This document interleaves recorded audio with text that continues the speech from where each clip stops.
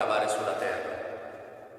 Quando ebbero finito di consumare il grano che avevano portato dall'Egitto, il padre disse loro: tornate là e acquistate per noi un po' di viveri. Ma Giuda disse: quell'uomo ci ha avvertito severamente: non verrete alla mia presenza se non avrete con voi il vostro fratello. Se tu sei disposto a lasciar partire con noi nostro fratello, andremo laggiù e ti compreremo dei viveri. Ma se tu non lasci partire, non ci andremo, perché quell'uomo ci ha detto: non verrete alla mia presenza se non avrete con voi il vostro fratello. Israele disse: perché mi ha fatto questo male? Far sapere a quell'uomo che avevate ancora un fratello? Risposero: quell'uomo ci ha interrogati con insistenza intorno a noi e alla nostra parentela. È ancora vivo vostro padre? Avete qualche altro fratello? E noi abbiamo risposto secondo queste domande. Come avremmo potuto sapere che egli avrebbe detto: conducete qui vostro fratello? Giuda disse a Israele suo padre: lascia venire il giovane con me, prepariamoci a partire per sopravvivere e non morire, noi, tu e i nostri bambini. Io mi rendo garante di lui, dalle mie mani lo reclamerai. Se non te lo ricondurrò, se non te lo riporterò, io sarò colpevole contro di te per tutta la vita. Se non avessimo indugiato, ora saremmo già di ritorno per la seconda volta. Israele, loro padre, rispose: se è così, fate pure. Mettete nei vostri bagagli i prodotti più scelti della terra e portateli in dono a quell'uomo. Un po' di balsamo, un po' di miele, resina e laudano, pistacchi e mandorle. Prendete con voi il doppio del denaro, così potrete portare il denaro che è stato rimesso nella bocca dei vostri sacchi. Forse si tratta di un errore. Prendete anche vostro fratello, partite e tornate da quell'uomo. Dio, l'Onnipotente, vi faccia trovare misericordia presso quell'uomo, così che vi lasci sia l'altro fratello sia Beniamino. Quanto a me, una volta che non avrò più i miei figli, non li avrò più. Gli uomini presero dunque questo dono e il doppio del denaro, e anche Beniamino. Si avviarono, scesero in Egitto e si presentarono a Giuseppe. Quando Giuseppe vide Beniamino con loro, disse al suo maggiordomo: conduci questi uomini in casa, macella quello che occorre e apparecchia, perché questi uomini mangeranno con me a mezzogiorno. Quell'uomo fece come Giuseppe aveva ordinato e introdusse quegli uomini nella casa di Giuseppe. Ma essi si spaventarono, perché venivano condotti in casa di Giuseppe, e si dissero: a causa del denaro rimesso l'altra volta nei nostri sacchi ci conducono là, per assalirci, piombarci addosso e prenderci come schiavi con i nostri asini. Allora si avvicinarono al maggiordomo della casa di Giuseppe e parlarono con lui all'ingresso della casa. Dissero: perdona, mio signore, noi siamo venuti già un'altra volta per comprare viveri. Quando fummo arrivati a un luogo per passarvi la notte, aprimmo i sacchi ed ecco, il denaro di ciascuno si trovava alla bocca del suo sacco. Proprio il nostro denaro con il suo peso esatto. Noi ora lo abbiamo portato indietro e per acquistare i viveri abbiamo portato con noi altro denaro. Non sappiamo chi abbia messo nei sacchi il nostro denaro. Ma quegli disse: state in pace, non temete. Il vostro Dio e il Dio dei vostri padri vi ha messo un tesoro nei sacchi. Il vostro denaro lo avevo ricevuto io. E condusse loro Simeone. Quell'uomo fece entrare gli uomini nella casa di Giuseppe, diede loro dell'acqua perché si lavassero i piedi e diede il foraggio ai loro asini. Essi prepararono il dono nell'attesa che Giuseppe arrivasse a mezzogiorno, perché avevano saputo che avrebbero preso cibo in quel luogo. Quando Giuseppe arrivò a casa, gli presentarono il dono che avevano con sé e si prostrarono davanti a lui con la faccia a terra. Egli domandò loro come stavano e disse: sta bene il vostro vecchio padre di cui mi avete parlato? Vive ancora? Risposero: il tuo servo, nostro padre, sta bene, è ancora vivo. E si inginocchiarono prostrandosi. Egli alzò gli occhi e guardò Beniamino, il suo fratello, figlio della stessa madre, e disse: è questo il vostro fratello più giovane di cui mi avete parlato? E aggiunse: Dio ti conceda grazia, figlio mio. Giuseppe si affrettò a uscire perché si era commosso nell'intimo alla presenza di suo fratello e sentiva il bisogno di piangere. Entrò nella sua camera e pianse. Poi si lavò la faccia, uscì e facendosi forza ordinò: servite il pasto. Fu servito per lui a parte, per loro a parte e per i commensali egiziani a parte, perché gli egiziani non possono prendere cibo con gli ebrei. Ciò sarebbe per loro un abominio. Presero posto davanti a lui dal primogenito al più giovane, ciascuno in ordine di età, e si guardavano con meraviglia l'un l'altro. Egli fece portare loro porzioni prese dalla propria mensa, ma la porzione di Beniamino era 5 volte più abbondante di quella di tutti gli altri, e con lui bebbero fino all'allegria. Diede poi quest'ordine al suo maggiordomo: riempi i sacchi di quegli uomini di tanti viveri quanti ne possono contenere, e rimetti il denaro in ciascuno alla bocca del suo sacco. Metterai la mia coppa, la coppa d'argento, alla bocca del sacco del più giovane, insieme con il denaro del suo grano. Quello fece secondo l'ordine di Giuseppe. Alle prime luci del mattino, quegli uomini furono fatti partire con i loro asini. Erano appena usciti dalla città e ancora non si erano allontanati quando Giuseppe disse al suo maggiordomo: su, insegui quegli uomini, raggiungili e di loro: perché avete reso male per bene? Non è forse questa la coppa in cui beve il mio Signore e per mezzo della quale egli suole trarre i presagi? Avete fatto male a fare così. Egli li raggiunse e ripeté loro queste parole. Quelli gli risposero: perché il mio Signore dice questo? Lontano dai tuoi servi il fare una cosa simile. Ecco, se ti abbiamo riportato dalla terra di Canaan il denaro che abbiamo trovato alla bocca dei nostri sacchi, come avremmo potuto rubare argento o oro dalla casa del tuo padrone? Quello dei tuoi servi, presso il quale si troverà, sia messo a morte, e anche noi diventeremo schiavi del mio Signore. Rispose: ebbene, come avete detto, così sarà. Colui presso il quale si troverà la coppa diventerà il mio schiavo e voi sarete innocenti. Ciascuno si affrettò a scaricare a terra il suo sacco e lo aprì. Quegli li fugò cominciando dal maggiore e finendo con il più piccolo, e la coppa fu trovata nel sacco di Beniamino. Allora essi si stracciarono le vesti, ricaricarono ciascuno il proprio asino e tornarono in città. Giuda e i suoi fratelli vennero nella casa di Giuseppe, che si trovava ancora là, e si gettarono a terra davanti a lui. Giuseppe disse loro: che azione avete commesso? Non vi rendete conto che un uomo come me è capace di indovinare? Giuda disse: che diremmo al mio Signore? Come parlare? Come giustificarci? Dio stesso ha scoperto la colpa dei tuoi servi. Eccoci schiavi del mio Signore. Noi e colui che è stato trovato in possesso della coppa. Ma egli rispose: lontano da me fare una cosa simile. L'uomo trovato in possesso della coppa, quello sarà il mio schiavo. Quanto a voi, tornate in pace da vostro padre. Allora Giuda gli si fece innanzi e disse: perdona, mio Signore, sia permesso al tuo servo di far sentire una parola agli orecchi del mio Signore. Non si accenda la tua ira contro il tuo servo, perché uno come te è pari al faraone. Il mio Signore aveva interrogato i suoi servi: avete ancora un padre o un fratello?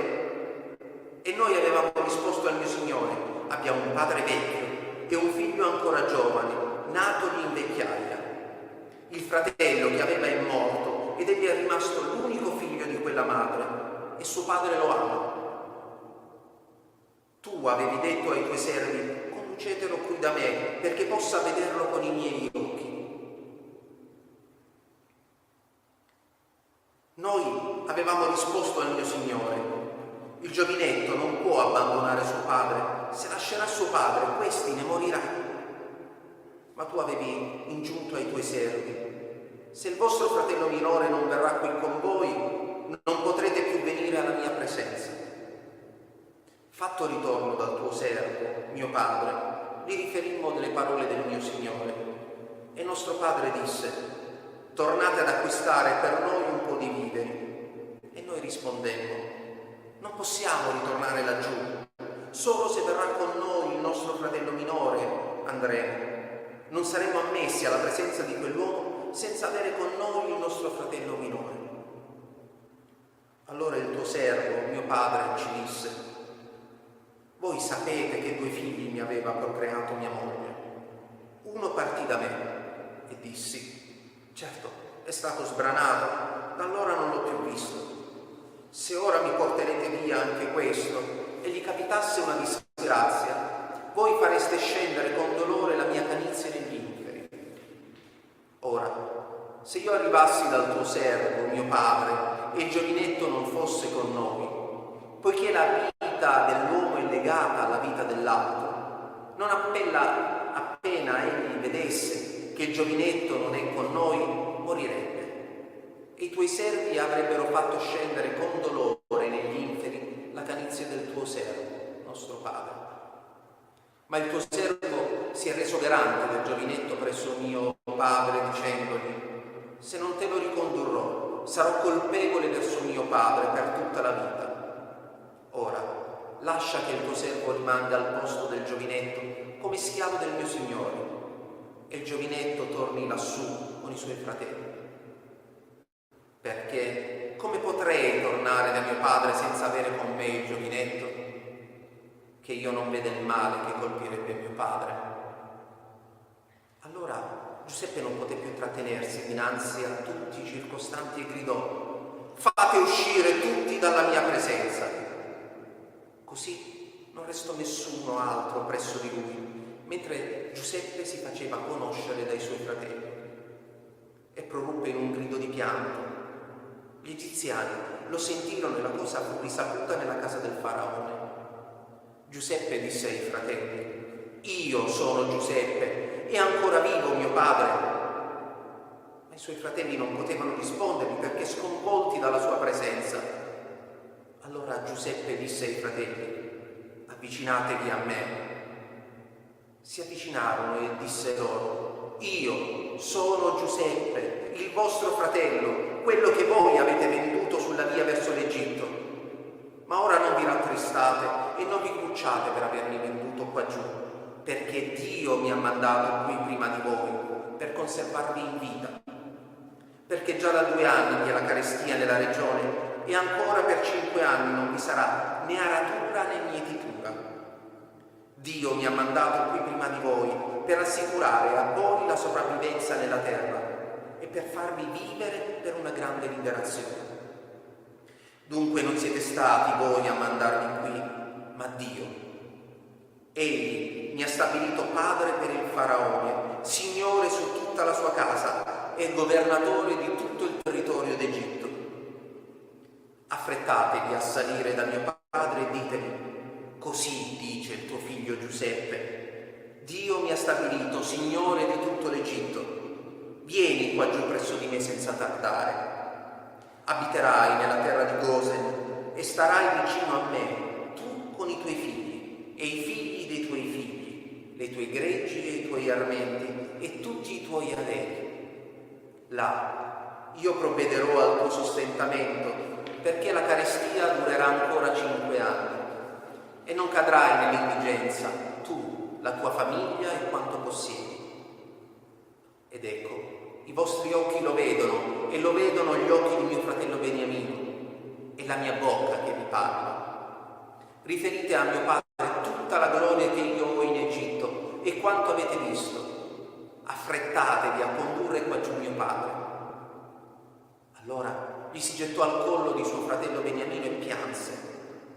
Anche Beniamino piangeva stretto al suo collo, poi baciò tutti i fratelli e pianse. Dopo i suoi fratelli si misero a conversare con lui. Intanto nella casa del faraone si era diffusa la voce: sono venuti i fratelli di Giuseppe. E questo fece piacere al faraone e ai suoi ministri.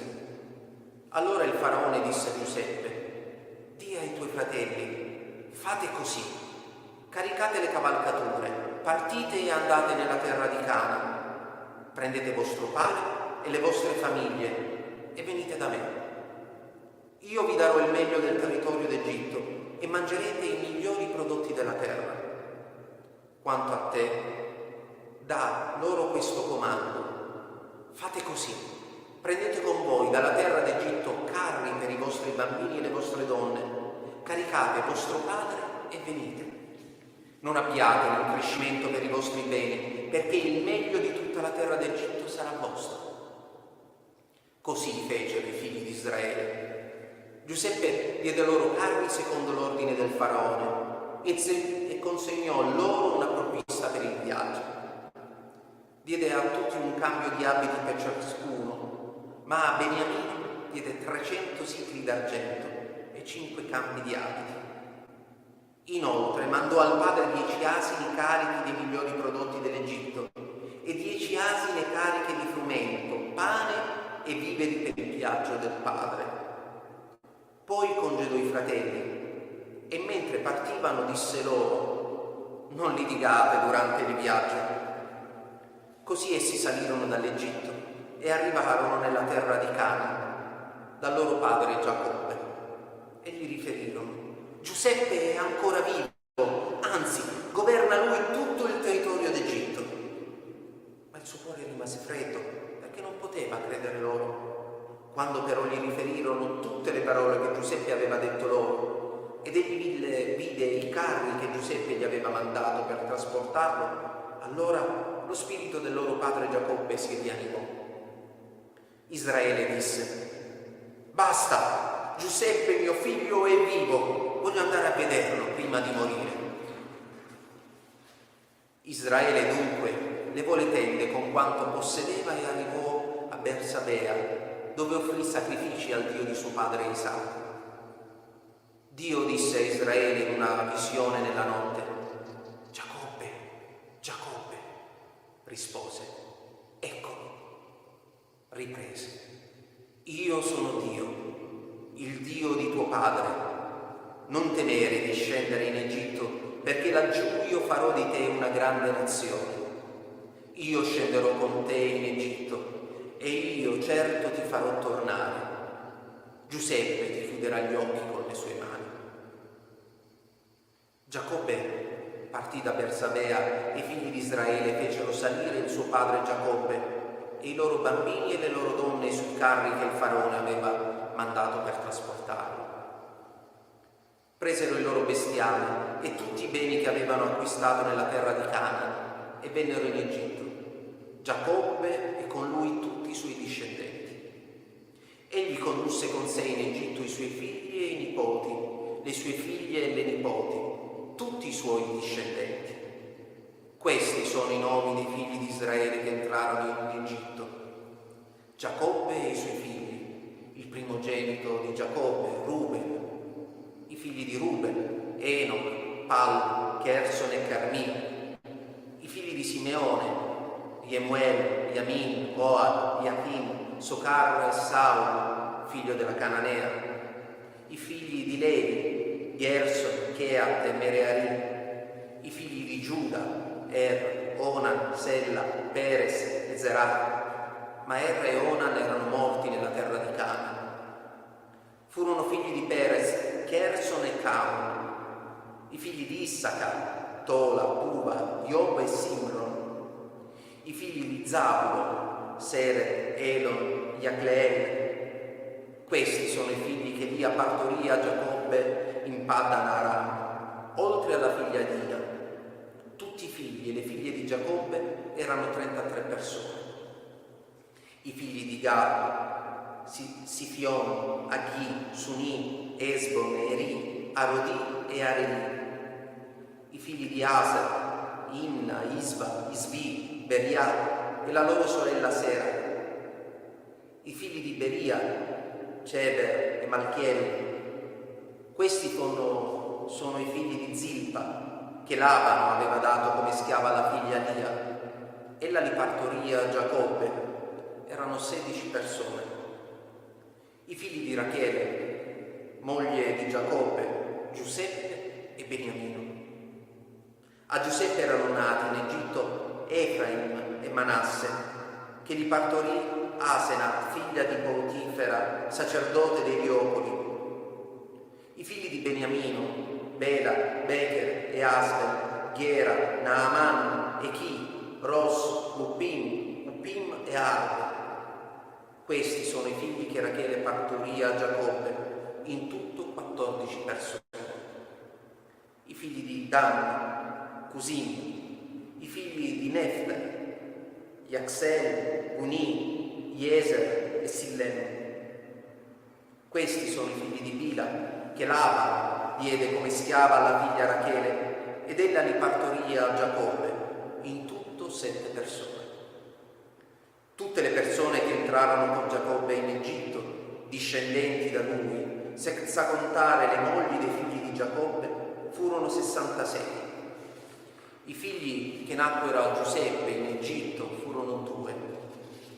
Tutte le persone della famiglia di Giacobbe che entrarono in Egitto ammontano a 70. Egli aveva mandato Giuda davanti a sé da Giuseppe, perché questi desse istruzioni di Gosen prima del suo arrivo. Arrivarono quindi alla terra di Gosen. Allora Giuseppe fece attaccare il suo carro e salì incontro a Israele suo padre in Gosen. Appena se lo vide davanti, gli si gettò al collo e pianse a lungo, stretto al suo collo. Israele disse a Giuseppe: posso anche morire questa volta, dopo aver visto la tua faccia, perché sei ancora vivo. Allora Giuseppe disse ai fratelli e alla famiglia del padre: vado a informare il faraone e a dirgli: i miei fratelli e la famiglia di mio padre che erano nella terra di Canaan sono venuti da me. Questi uomini sono pastori di greggi, si occupano di bestiame e hanno portato le loro greggi, i loro armenti e tutti i loro averi. Quando dunque il faraone vi chiamerà e vi domanderà: qual è il vostro mestiere? Risponderete: i tuoi servi sono stati gente dedita al bestiame, lo furono i nostri padri e lo siamo noi della nostra fanciullezza fino ad ora. Questo perché possiate risiedere nella terra di Gosen, perché tutti i pastori di greggi sono un abominio per gli egiziani. Giuseppe andò ad informare il faraone dicendogli: mio padre e i miei fratelli con le loro greggi e i loro armenti e con tutti i loro averi sono venuti dalla terra di Canaan, eccoli nella terra di Gosen. Intanto prese 5 uomini dal gruppo dei suoi fratelli e li presentò al faraone. Il faraone domandò loro: qual è il vostro mestiere? Ed essi risposero al faraone: pastori di greggi sono i tuoi servi, lo siamo noi e lo furono i nostri padri. E dissero al faraone: siamo venuti per soggiornare come forestieri nella regione, perché non c'è più pascolo per il gregge dei tuoi servi. Infatti è grave la carestia nella terra di Canaan. Ed ora lascia che i tuoi servi si stabiliscano nella terra di Gosen. Allora il faraone disse a Giuseppe: tuo padre e i tuoi fratelli sono dunque venuti da te. Ebbene, la terra di Egitto è a tua disposizione. Fa risiedere tuo padre e i tuoi fratelli nella regione migliore. Risiedano pure nella terra di Gosen. Se tu sai che vi sono tra loro uomini capaci, costituiscili sopra i miei averi in qualità di sorveglianti di bestiame. Quindi Giuseppe introdusse Giacobbe suo padre e lo presentò al faraone. E Giacobbe benedisse il faraone. E il faraone domandò a Giacobbe: quanti anni hai? Giacobbe rispose al faraone: 130 di vita errabonda, pochi e tristi sono stati gli anni della mia vita e non hanno raggiunto il numero degli anni dei miei padri al tempo della loro vita errabonda. E Giacobbe benedisse il faraone e si allontanò dal faraone. Giuseppe fece risiedere suo padre e i suoi fratelli e diede loro una proprietà nella terra d'Egitto, nella regione migliore, nel territorio di Ramses, come aveva comandato il faraone.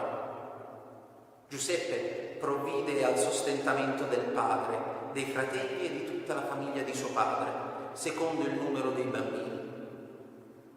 Ora non c'era pane in tutta la terra, perché la carestia era molto grave. La terra d'Egitto e la terra di Canaan languivano per la carestia. Giuseppe raccolse tutto il denaro che si trovava nella terra d'Egitto e nella terra di Canaan in cambio del grano che essi acquistavano. Giuseppe consegnò questo denaro alla cassa del faraone. Quando fu esaurito il denaro della terra d'Egitto e della terra di Canaan, tutti gli egiziani vennero da Giuseppe a dire: dacci del pane, perché dovremmo morire sotto i tuoi occhi? Infatti non c'è più denaro. Rispose Giuseppe: se non c'è più denaro, cedetemi il vostro bestiame e io vi darò pane in cambio del vostro bestiame. Condussero così a Giuseppe il loro bestiame e Giuseppe diede loro il pane in cambio dei cavalli e delle pecore, dei buoi e degli asini.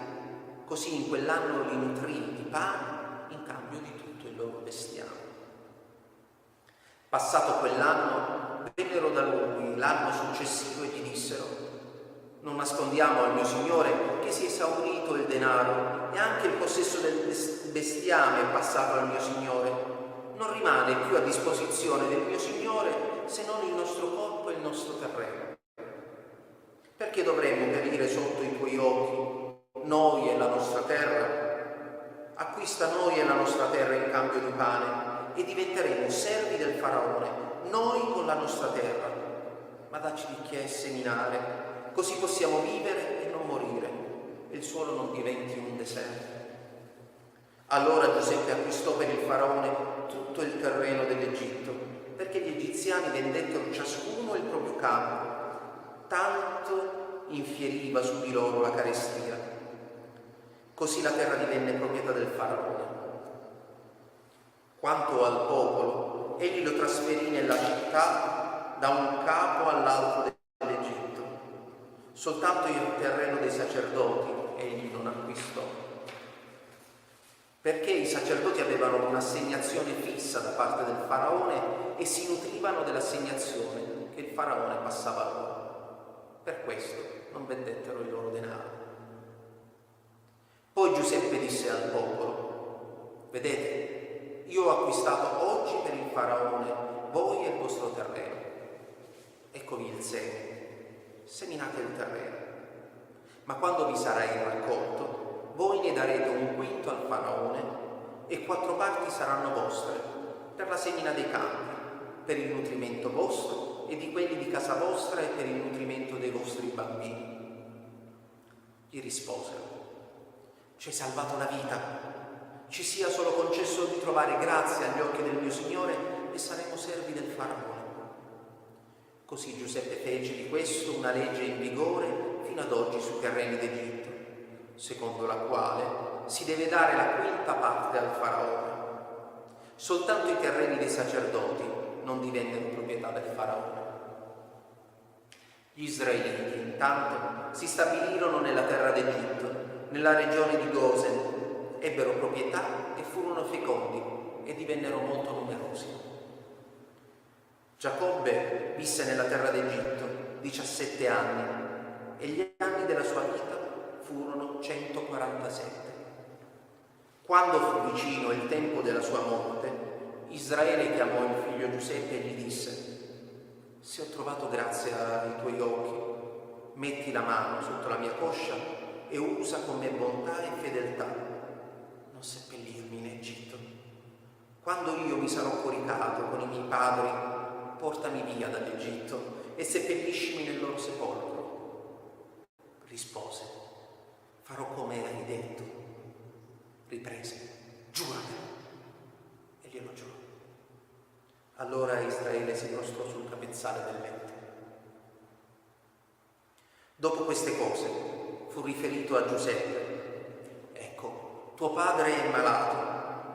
Allora egli prese con sé i due figli di Manasse ed Efraim. Fu riferita la cosa a Giacobbe: ecco, tuo figlio Giuseppe è venuto da te. Allora Israele raccolse le forze e si mise a sedere sul letto. Giacobbe disse a Giuseppe: Dio, l'Onnipotente, mi apparve a Luz, nella terra di Canaan, e mi benedisse dicendomi: ecco, io ti rendo fecondo, ti moltiplicherò e ti farò diventare un insieme di popoli, e darò questa terra alla tua discendenza dopo di te, in possesso perenne. Ora, i due figli che ti sono nati nella terra d'Egitto, prima del mio arrivo presso di te in Egitto, li considero miei. Efraim e Manasse saranno miei, come Ruben e Simeone. Invece i figli che tu avrai generato dopo di essi apparterranno a te. Saranno chiamati con il nome dei loro fratelli nella loro eredità. Quanto a me, mentre giungevo da Paddan, tua madre Rachele mi morì nella terra di Canaan durante il viaggio. Quando mancava un tratto di cammino per arrivare a Efrata, e l'ho sepolta là, lungo la strada di Efrata, cioè Betlemme. Israele vide i figli di Giuseppe e disse: chi sono questi? Giuseppe disse al padre: sono i figli che Dio mi ha dato qui. Riprese: portameli perché io li benedica. Gli occhi di Israele erano offuscati dalla vecchiaia, non poteva più distinguere. Giuseppe li avvicinò a lui, che li baciò e li abbracciò. Israele disse a Giuseppe: io non pensavo più di vedere il tuo volto, ma ecco, Dio mi ha concesso di vedere anche la tua prole. Allora Giuseppe li ritirò dalle sue ginocchia e si prostrò con la faccia a terra. Li prese tutti e due, Efraim con la sua destra, alla sinistra di Israele, e Manasse con la sua sinistra, alla destra di Israele, e li avvicinò a lui. Ma Israele stese la mano destra e la pose sul capo di Efraim, che pure era il più giovane, e la sua sinistra sul capo di Manasse, incrociando le braccia, benché Manasse fosse il primogenito. E così benedisse Giuseppe. Il Dio, alla cui presenza hanno camminato i miei padri, Abramo e Isacco, il Dio che è stato il mio pastore da quando esisto fino ad oggi, l'angelo che mi ha liberato da ogni male, benedica questi ragazzi. Sia ricordato in essi il mio nome e il nome dei miei padri, Abramo e Isacco, e si moltiplicano in gran numero in mezzo alla terra. Giuseppe notò che il padre aveva posato la destra sul capo di Efraim e ciò gli piacque.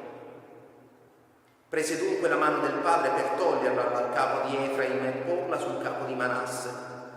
Disse al padre: non così, padre mio, è questo il mio primogenito, posa la destra sul suo capo.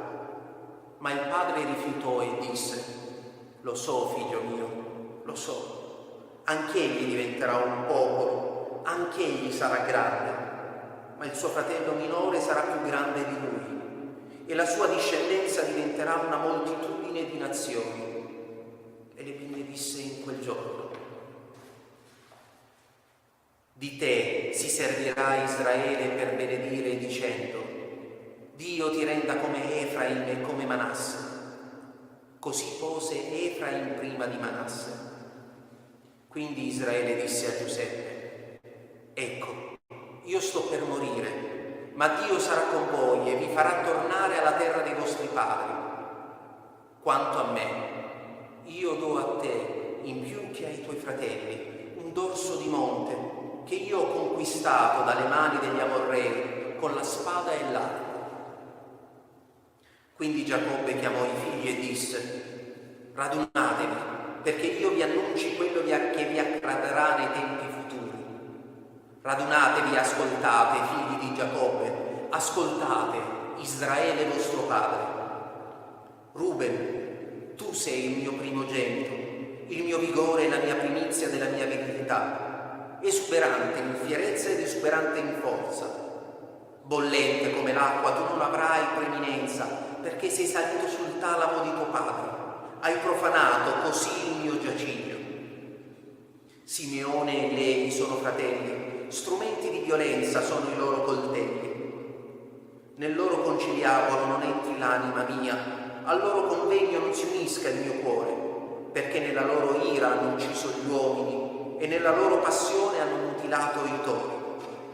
Maledetta la loro ira, perché violenta, e la loro collera perché crudele. Io li dividerò in Giacobbe e li disperderò in Israele. Giuda, ti loderanno i tuoi fratelli, la tua mano sarà sulla cervice dei tuoi nemici, davanti a te si prostreranno i figli di tuo padre. Un giovane leone, o Giuda, dalla preda, figlio mio, sei tornato, si è sdraiato, si è accovacciato come un leone e come una leonessa. Chi lo farà alzare? Non sarà tolto lo scettro da Giuda, né il bastone del comando tra i suoi piedi, finché verrà colui al quale esso appartiene e a cui è dovuta l'obbedienza dei popoli. Egli lega alla vite il suo asinello e a una vite scelta il figlio della sua asina. Lava nel vino la sua veste e nel sangue dell'uva il suo manto. Scuri ha gli occhi più del vino e bianchi i denti più del latte. Zabulon giace lungo il lido del mare e presso l'approdo delle navi, con il fianco rivolto a Sidone. Issachar è un asino robusto, accovacciato tra un doppio recinto. Ha visto che il luogo di riposo era bello, che la terra era amena. Ha piegato il dorso a portare la soma ed è stato ridotto ai lavori forzati. Dan giudica il suo popolo come una delle tribù di Israele. Sia Dan un serpente sulla strada, una vipera cornuta sul sentiero che morde i carretti del cavallo, così che il suo cavaliere cada all'indietro. Io spero nella tua salvezza, Signore. Gad, predoni lo assaliranno, ma anche lui li assalirà le calcagna. Aser, il suo pane è pingue, egli fornisce delizie da re. Neftali è una cerva slanciata, egli propone parole d'incanto. Germoglio di ceppo fecondo è Giuseppe, germoglio di ceppo fecondo presso una fonte, i cui rami si stendono sul muro.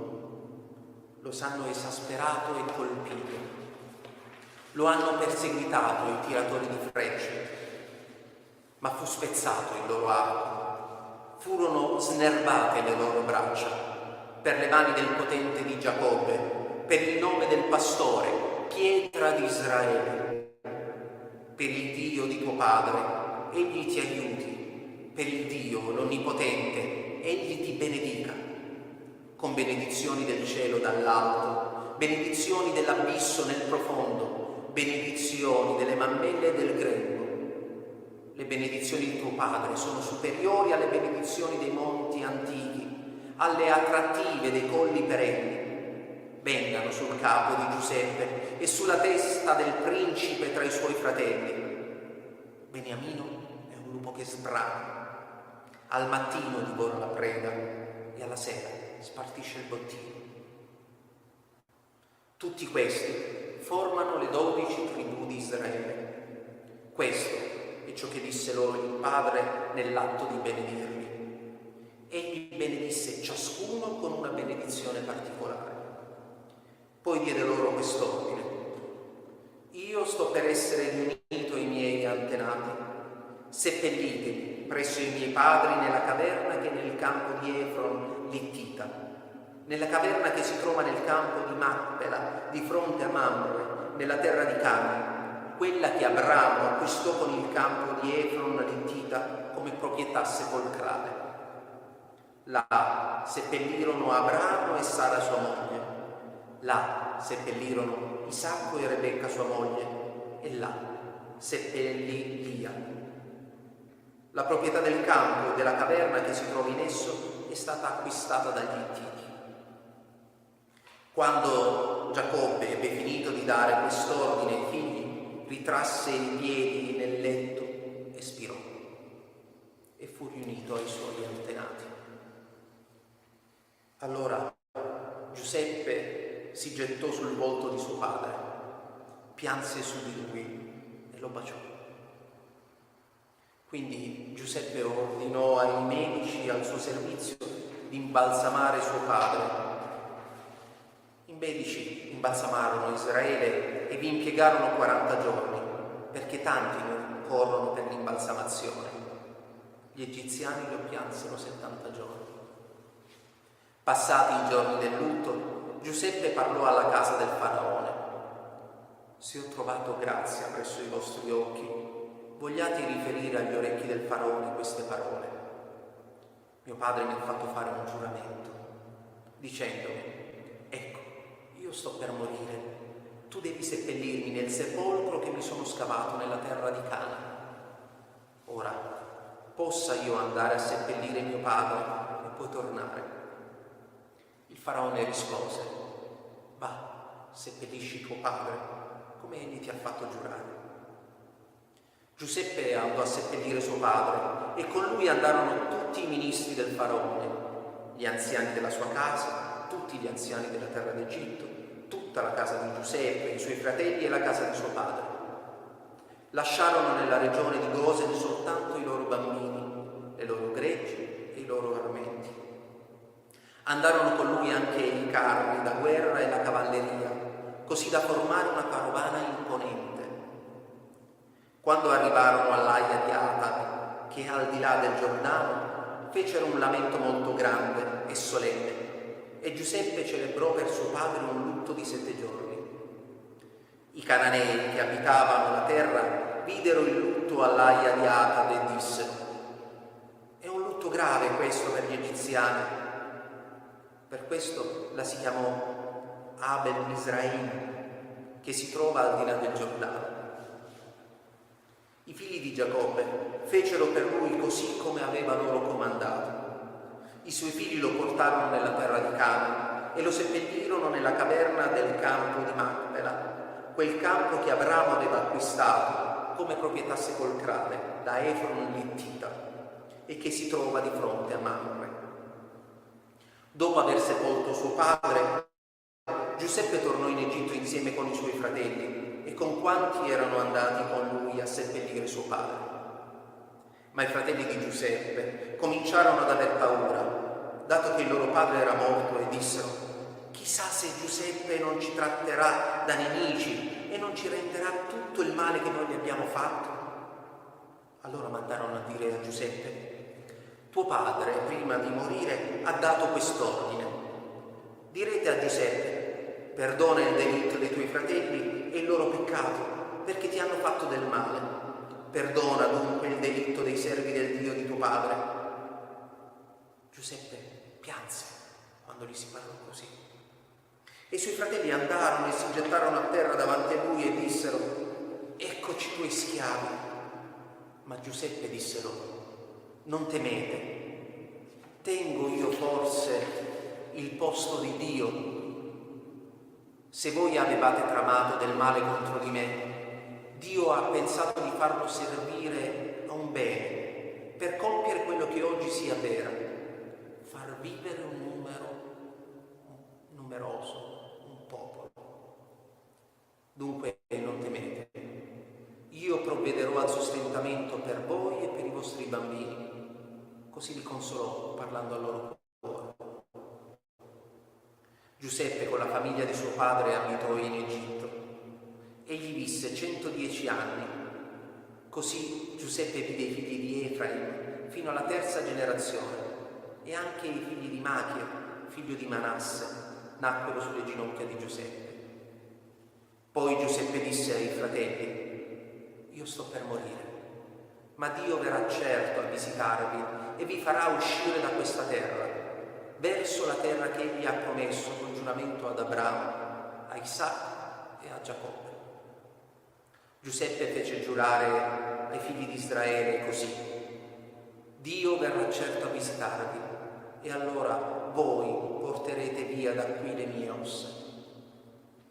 Giuseppe morì all'età di 110 anni, lo imbalsamarono e fu posto in un sarcofago in Egitto.